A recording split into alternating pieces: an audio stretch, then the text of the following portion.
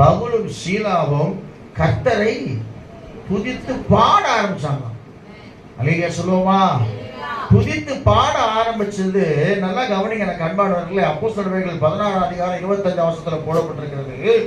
அவங்க பாடி துதி செய்ய ஆரம்பித்த உடனேயே அவர்கள் கட்டுகளை கர்த்தர் அவிழ்த்தார் பைபிள்ல வாசிக்கிறோம்.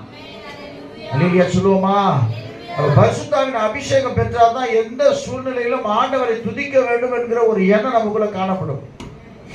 பரிசுத்தாவினை உணர்த்தி கொண்டே இருப்பார். நீ ஜெபிக்கணும்னு சொல்லுவார். தம்பி நீங்க ஜெபிக்காம இருக்கிறப்பா, சீக்கிரமா என்ன செய்ய, முழங்கால் பண்ணிட்டு ஜெபம் பண்ணு. நீங்க வேதத்தை வாசிக்காம இருக்க, வேதத்தை வாசி.